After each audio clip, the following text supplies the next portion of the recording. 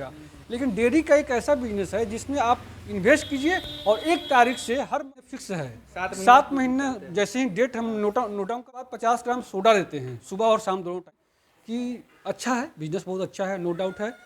और नमस्कार दोस्तों, मैं प्रिंस और आप देख रहे हैं नई कृषि दर्पण यूट्यूब चैनल। दोस्तों, एक हमने वीडियो किया था बलिया जिला का, बलिया का बीचों शहर का बीचों बीच जो जानकारी है उसमें हमने आपसे एक वादा भी इसमें किया था कि यदि वीडियो नहीं पसंद आएगी तो आप डिसलाइक कर देना या जो आपको इच्छा करे आप वो कर देना। लेकिन ये भी मैं बता दूं आपको, इस वीडियो में भी आपको उसी तरह का मजा आने वाला है। आप वीडियो काफ़ी लंबी है, 20 से 22 मिनट की जाएगी, तो आप इसी को ना चिंता करते हो, वीडियो को अंत तक देखें। और फार्म भी काफ़ी शानदार है, आप मेरे पीछे देख पा रहे होंगे। शेड तो इतना शानदार है दोस्तों कि 10 पशु के फार्म में इस तरह का शेड मैंने कभी नहीं देखा। अक्सर आप बहुत कम जगह पर ही देखा इस चीज़ को। तो पूरी की पूरी डिटेल्स लेते हैं दोस्तों। उसके पहले मैं कहूँगा कि आप हमारे चैनल पर आए हैं तो प्लीज़ सबसे साथ में बेल आइकन का बटन को प्रेस कर लीजिएगा, ताकि जब भी मैं वीडियो अपलोड्स करूँ तो आपको अपडेट से मिलता रहे। फार्म छोटा है, ये चीज़ मैं आपको यहीं से अभी दिखा देता हूँ।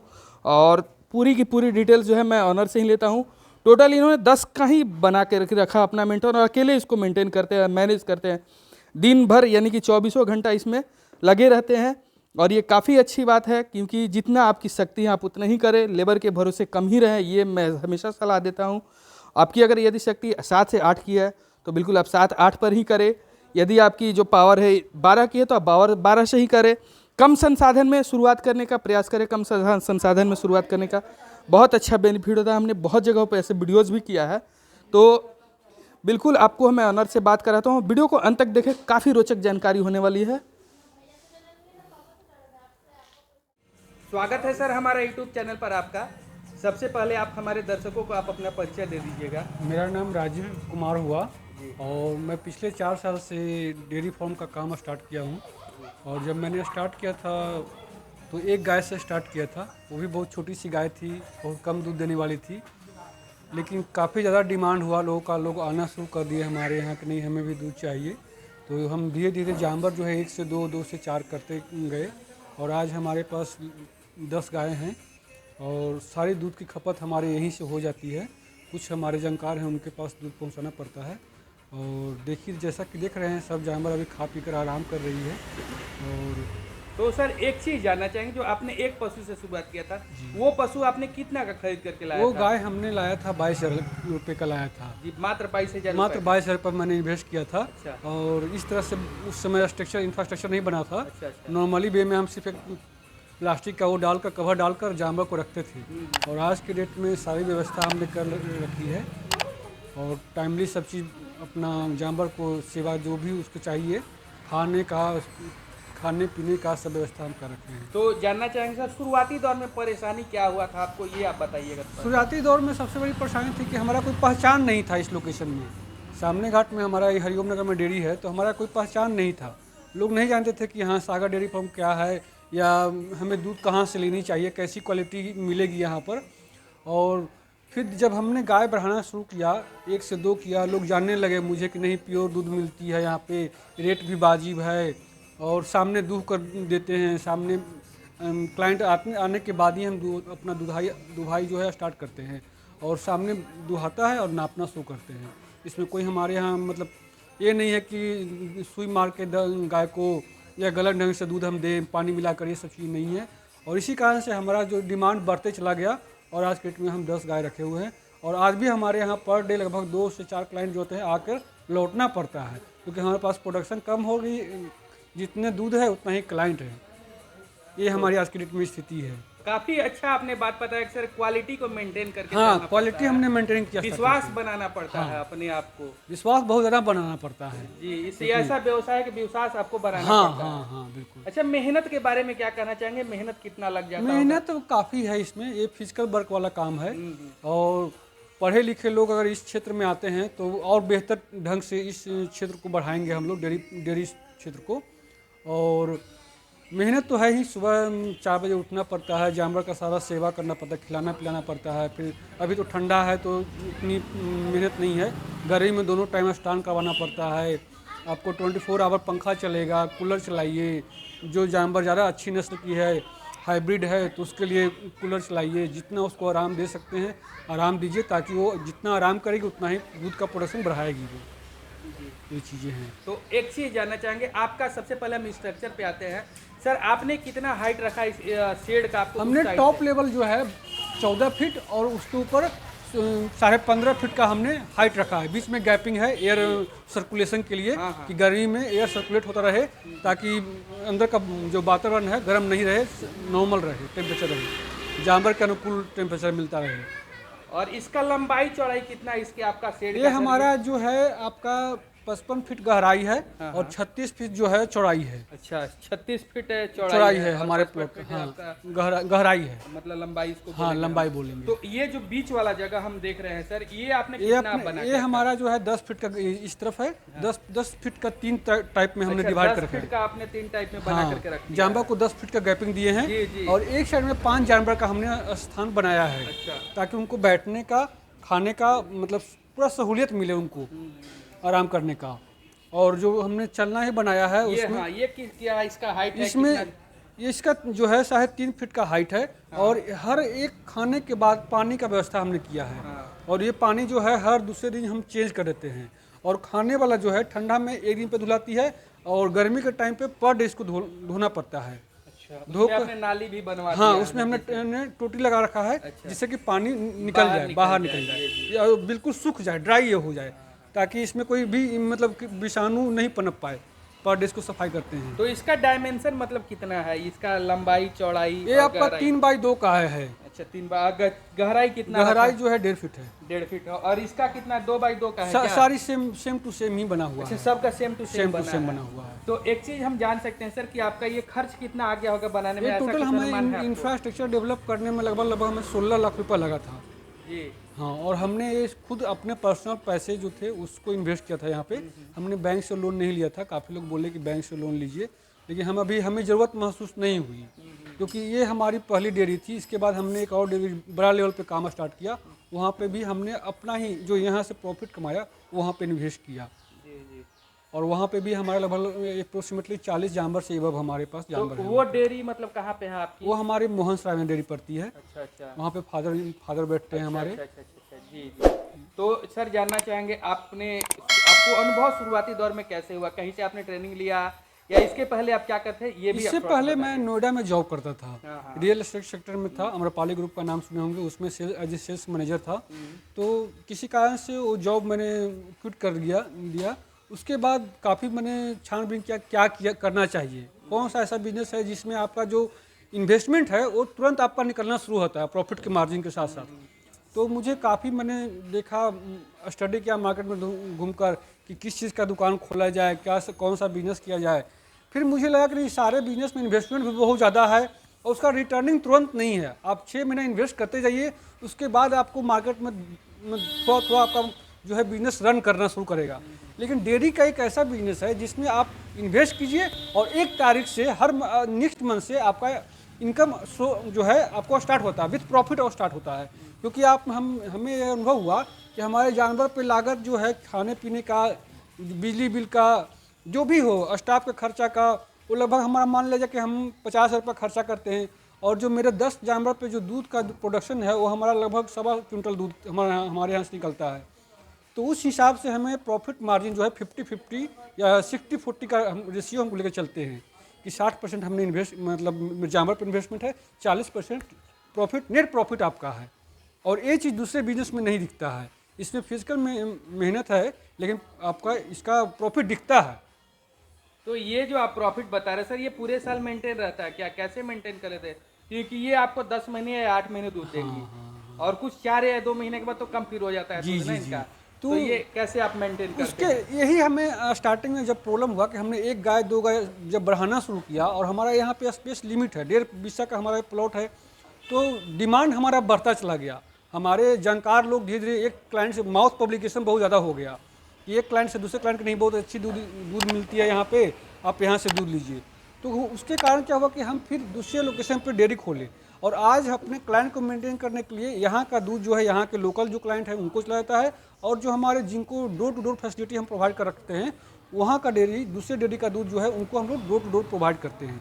इस तरह से हम अपना, और हर गाय जो होती है 10 मंथ दूध नहीं देती है रेगुलर, उसका अगर 12 मंथ का या 16 महीने का सर्किल है तो दूध नहीं देगी।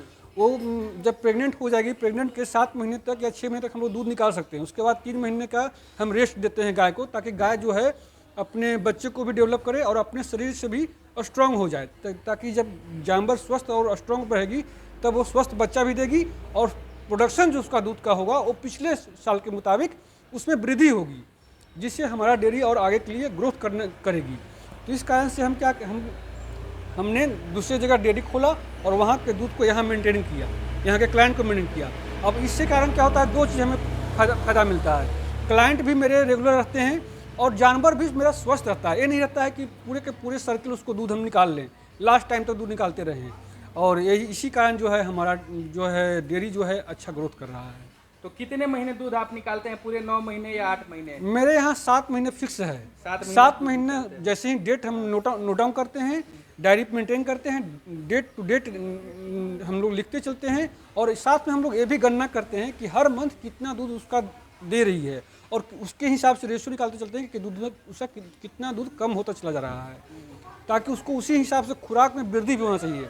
बहुत सारे लोग होते हैं जो देखते हैं कि अब गाय हमारी प्रेग्नेंट हो गई है तब उसको खाना कम कर दे, या दूध नहीं दे रही है तो खाना बंद कर दे। हमारे यहाँ वो चीज़ नहीं है। हमारे यहाँ है कि जब दूध बंद हो रही है उसका डोज और बढ़ा दीजिए, ताकि उसका जो प्रेगनेंसी में जो बच्चा उसके अंदर पनप रहा है वो बिल्कुल ग्रोथ के साथ आए और उसका दूध जो है वो भी आपका मेंटेन रहे, हो सके अधिक से अधिक दूध दे वो अगले बयान में।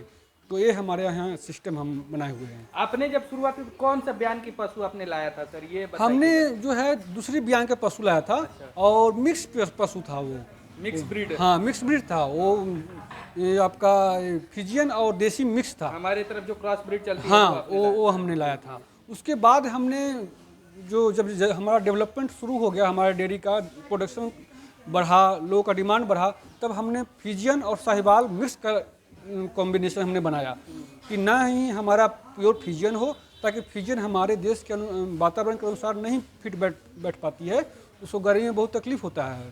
तो उस हिसाब से हमने फिर मिक्स का जो साहिवाल और फिजियन का मिक्स है वो हमने प्रीफर किया अपने डेयरी में, ताकि उसका दूध रेगुलर बना रहे, दूध भी गाढ़ा रहता है उसका और दूध भी अच्छा देती है। तो अब हम आते हैं सर आपका डेयरी में जो कुल मिलाकर के एक रोग जो होता है, सबसे ज्यादा परेशानी रोग को लेकर के होता है सर। रोग तो के आपके लिए यहाँ रोग क्या परेशान करता है ये आप बताएंगे सर, कैसे उसका निवारण करते हैं ये भी आप बताएंगे सर। स्टार्टिंग में जब हमने डेयरी खोला था जी। तो इसमें बीमारी होती थी, खुरपका होता था, मुंहपका होता था, इस तरह का बीमारी होता था। जानवर बार बीमार पड़ जाते थे, नॉलेज नहीं था, बहुत गंदगी वाला व्यवस्था उस समय था, स्टाफ उतना ध्यान नहीं देते थे। फिर हमने देखा, हमारे यहाँ डॉक्टर यशराज आते हैं जो वेटनरी डॉक्टर हैं और मतलब डिग्री वाले डॉक्टर हैं। हम लोग झोला छाप डॉक्टर बुलाते नहीं हैं। तो हमने डॉक्टर जब बुलाया तो उन्होंने सारे जानवर को देखा एक बार, और उसके बाद टाइमली उन्होंने वैक्सीनेशन, जो गवर्नमेंट का जो प्लान चल रहा है उस हिसाब से वो वैक्सीनेशन हमारे यहाँ करते गए और हमारा जानवर उसके बाद काफ़ी स्वस्थ रहने लगा। यहाँ तक कि उन्होंने मुझे भी काफ़ी मेडिकल का जो चीज़ें हैं वो समझाया कि अगर जानवर आप ज़्यादा खिला रहे हैं तो उसको इस तरह से व्यवस्था कीजिए, खाने वाला सोडा दीजिए, नमक दीजिए खाने में। उसके बाद उसको हर वीकली जो है उसका टेम्परेचर नापिए कि जानवर का कहीं बुखार तो नहीं है, उसका लैट्रिन पे ध्यान दीजिए कि लैट्रिन कहीं पतला तो नहीं हो रहा है, उसमें कहीं कुछ बदबूदार लैट्रिन तो नहीं कर रही है। तो इस कारण से हम जब धीरे धीरे नॉलेज होता गया और उसी हिसाब से कुछ दवा हम अपने लेवल पे भी जो डॉक्टर प्रिस्क्रिप्शन लिखते थे उस हिसाब से हम दवा रखते गए, और जब भी कुछ ऐसा होता है, नॉर्मल बीमार होती है तो खुद से भी उसको हम ट्रीटमेंट कर लेते हैं। और इसी कारण से हमारा सारा जो जीव है हमारा स्वस्थ है, सारी गायें स्वस्थ रहती है। तो एक चीज और जानना चाहेंगे, आप खाने खिलाने में क्या क्या इनको आप देते हैं, सबसे बड़ा समस्या है? खाने में हम लोग गर्मी के सीजन में जो धान का भूसा आता है वो देते हैं। ठंडे के टाइम पे हम लोग ज़्यादा प्रीफर करते हैं कि गेहूं का भूसा दें। उसके बाद मिनरल में न्यूट्रिशियल का हम देते हैं, मिनरल देते हैं हर जानवर पे 50 ग्राम सुबह, 50 ग्राम शाम, और 50 ग्राम नमक देते हैं, साल्ट देते हैं सुबह और शाम। उसके बाद 50 ग्राम सोडा देते हैं सुबह और शाम दोनों टाइम पे। उसके बाद जब गर्मी का सीज़न आता है तो विशेषकर हम लोग ध्यान देते हैं कैल्शियम पे, कि उसको कैल्शियम मिलता रहे, क्योंकि जानवर के दूध में सबसे अधिक मात्रा कैल्शियम की होती है। पानी के बाद कैल्शियम की मात्रा होती है, 90% पानी होती है, उसके बाद 10% में ही सारा मटेरियल इसका मिनरल होता है। तो हम लोग उसके लिए भी 2 चीज़ हम लोग अपनाए हुए हैं। एक तो खाने वाला जो बिल्कुल देसी चूना आता है उसका पानी पर जानवर 1 लीटर देते हैं। उसके बाद ओसो मीन कैल्शियम आता है, मार्केट का बहुत ही मतलब प्रमाणित कैल्शियम है, वो कैल्शियम देते हैं। उसके साथ हम लोग गुड़ 250 ग्राम पर जानवर पे गुड़ देते हैं और पर जानवर पे 250 ग्राम बेसन देते हैं, ताकि उसकी इम्यूनिटी सिस्टम बना रहे, स्ट्रॉन्ग रहे। और गुड़ में काफ़ी मिनरल होते हैं, हर लोग जानता है। उसके कारण जो है बहुत ही प्रेम से उसका सेवन भी करती है और हमारा जानवर स्वस्थ रहता है। तो प्रोडक्शन आपका कितना हो जाता है दूध का, आपने एक बार पर गाय हमारी प्रोडक्शन जो है औसतन जो है 14 लीटर दूध देती है, दोनों टाइम मिलाकर। हम अगर 7 मंथ का सर्कुलेशन लेके टाइम लेके चलते हैं उसका सर्किल का, तो हम औसतन 14 लीटर दूध लेके नाप के चलते हैं। क्या स्टार्टिंग में 22 लीटर भी दिया, 18 लीटर भी दिया, 20 लीटर भी दिया। लास्ट टाइम पे जब वो प्रेग्नेंट हो गई है, जब उसका टाइम क्लोज होने का आ गया, 7 महीने पे हम लोग क्लोज, जैसे हमने जो डेट फिक्स रखा है 7 मंथ का, तो 7 मंथ में उसका जो लास्ट टाइम में जो दूध दे रहा है उसका हम लोग बैलेंस बना लेते हैं कि हाँ ये औसतन हमारे यहाँ दूध दे रही है। 365 दिन का मिला करके, हाँ 7 मंथ का मिलाकर, क्योंकि जो उसका 2 मंथ का है 9 महीने 10 दिन पे बच्चा देती है, तो उसको हम लोग हटा देते हैं, माइनस कर देते हैं उस टाइम में से, जो उसका जो मेन टाइम है। तो अगर पूरे साल का मुनाफा देखेंगे तो क्या रेशियो हो जाता है 50-60? पूरे साल का मुनाफा जो है, हम अगर पूरा साल लेके चलते हैं, डेयरी का मेंटेनेंस जो है उसको लेके चलते हैं, तो आपका 60 और 40 का रेशियो बिल्कुल फिट बैठता है हमारे डेयरी में। 60 और 40 का रेशियो। हाँ 40% हम जानवर पे खर्चा किए, अपने डेयरी को मेंटेनेंस में लगाए, और 40% नेट प्रॉफिट डेयरी में बचती है। तो सर जानना चाहेंगे, आपका ये चीज होता है, अब गाय को लेकर के प्रॉब्लम एक हीटिंग में आता है, समय पर सीमन नहीं लेना है, तो आपके यहाँ कितने दिनों पर ले लेती है और क्या आपके साथ समस्या हुआ? स्टार्टिंग में हमें जैसे नॉलेज नहीं थी, तो जैसे मिनरल नहीं देते थे, देसी ढर्रा पे चलते थे, जैसे लोग नॉर्मल आम जानवर रखते हैं। लेकिन जब हमें मार्केट में पता चला, या जो हम जिन डॉक्टर यश राज जी को बुलाते हैं, उन्होंने मुझे बताया, समझाया कि देखिए आपने कहीं से स्टडी नहीं किया है पशुपालन का, तो मैं अपने लेवल पे आपको सब सारी जानकारी देता हूँ, उसी हिसाब से आप इसको रन कीजिए। तो फिर जब हम उनके हिसाब से, जब डेयरी एक डॉक्टर, पढ़े लिखे डॉक्टर के हिसाब से मैं जब डेयरी चलाने लगा, और सारी मिनरल की व्यवस्था, कैल्शियम की व्यवस्था, या जितने भी उसको पौष्टिक आहार चाहिए उसका नॉलेज उनसे लिया, और उसके हिसाब से मैं जब रन किया, तो सारी मेरी जो है गाय और डेयरी स्मूथली चल रही है।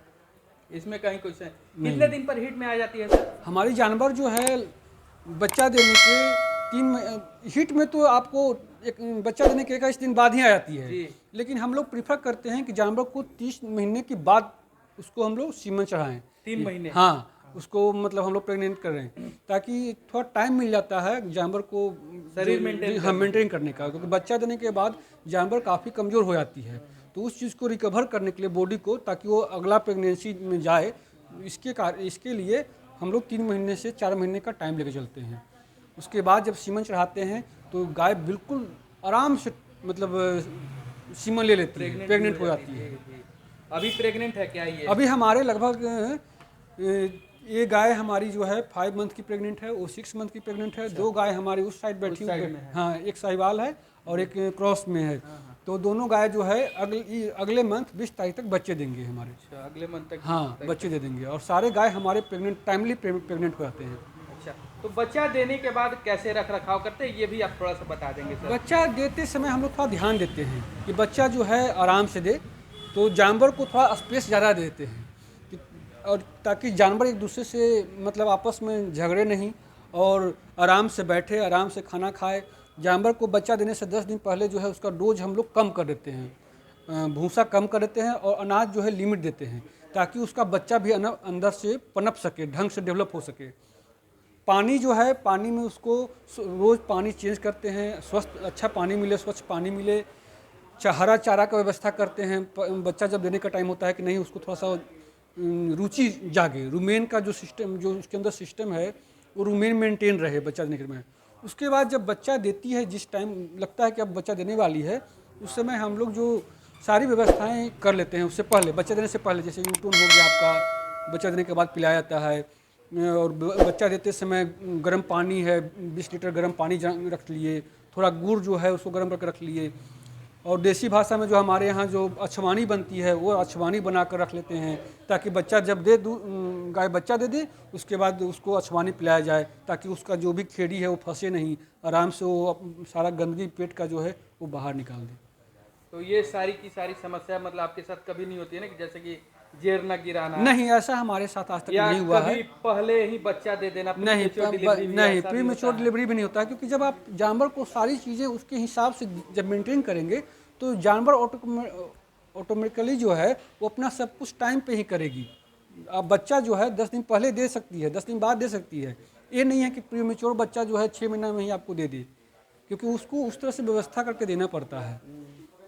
तो और नए पशुपालक भाई जो यानी कि कोई भी युवा जो बेरोजगार बैठा हुआ है, इस फार्म में आना चाहता है, डेयरी फार्म के लाइन में आना चाहता है, तो आप उनके लिए क्या सलाह देंगे, ये बताइएगा सर। मेरा यही कहना होगा नए जो फ्रेशर जो इस क्षेत्र में आना चाहते हैं, डेयरी फार्म के क्षेत्र में, कि अच्छा है, बिजनेस बहुत अच्छा है, नो डाउट है, और बिल्कुल अच्छे मन से आएँ, मन तन से आएँ। और आज की जो बेरोज़गारी का जो समस्या है वो इस सेक्टर में बहुत ही रोज़गार है और बहुत ज़्यादा डिमांड है। हमारे इंडिया में क्या, ऑल ओवर वर्ल्ड में सबसे अधिक अगर किसी चीज़ का यूज़ होता है तो मिल्क का यूज़ होता है, अगर अनाज के बाद। और एक हमने सुना है न्यूज़ पे, किसान चैनल पे एक डॉक्टर का बहुत ही अच्छा स्टेटमेंट था कि जीवन में जो है बीच का, लाइफ का सर्कल का, इंसान के सर्कल का 15 साल ही अनाज खाने को डॉक्टर प्रीफर करता है। अगर बाई देखा जाए तो 1 साल से जब बच्चा जन्म लेता है उसके बाद 18 साल तक डॉक्टर बोलता है कि रेगुलर दूध का सेवन कीजिए।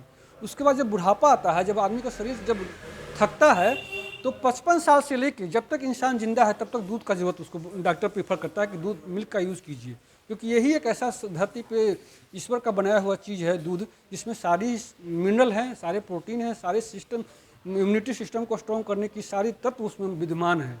तो इसका ऐसा एक क्षेत्र है जिसमें दूध का डिमांड कभी कम होने वाली नहीं है। ये हमेशा जब तक धरती विद्यमान रहेगी तब तक दूध का डिमांड रहेगा।